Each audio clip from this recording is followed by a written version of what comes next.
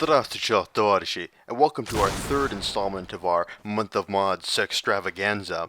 And today we're going to be looking at a source mod, and this is an old one, but still one of my favorites, and still has a thriving community to this day. I had no problem at all jumping online and finding people to play with so I could capture footage for these videos. This game has a lot of nostalgic memories for me. I first played it in high school, and it was one of me and my best friend's favorite games. And whenever he'd come over to my house, what we'd do is we'd switch off. You know, I would play, and then I'd die, and then when I died, my friend would take over, and then he would play until he died, and we'd switch off like that. So it was, a lot of great memories here. What the hell am I talking about? Well, I'm talking about the source mod, Battlegrounds 2. So what does Battlegrounds 2 do? Well, it puts you in the middle of the American Revolution.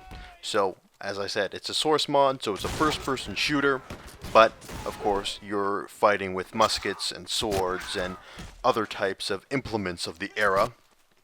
There are two teams. There are the Americans, and there are the British, and they have slightly different characteristics, slightly different classes, but in the end, they're pretty comparable to one another.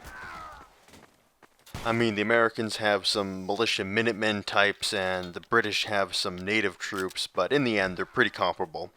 There are a couple different classes you can choose from, ranging from your basic foot soldier to Jaegers to officers, and they have different weapons and different skills. Your foot soldier is your kind of bread and butter unit. They come with your basic musket that can down someone in one shot, but it's pretty inaccurate. And of course, they've got a nice bayonet at the end of that musket. You've got an officer who's got a flintlock pistol, and he's got a sword. Your Jaeger, who's like your sniper, of the era at least, who's got a much more accurate rifle, but it's much less powerful than your foot soldiers. So you've got a surprising amount of variety for a game that takes place during the American Revolution.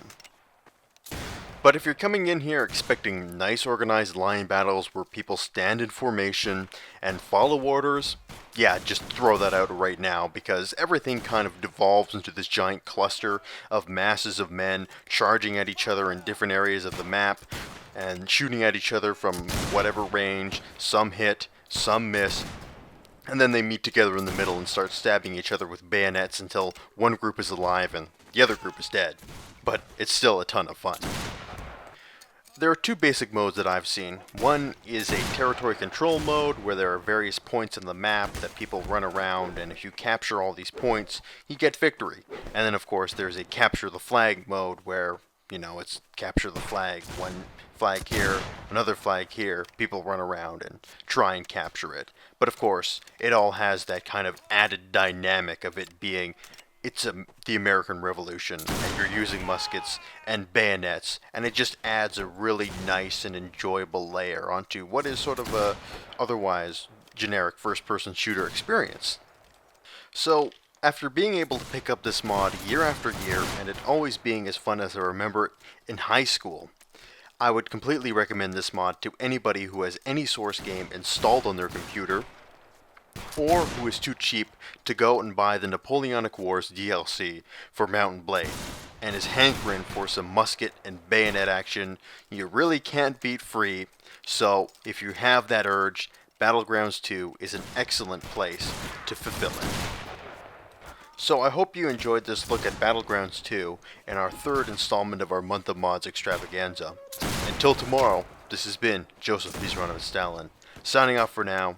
And you guys, take care.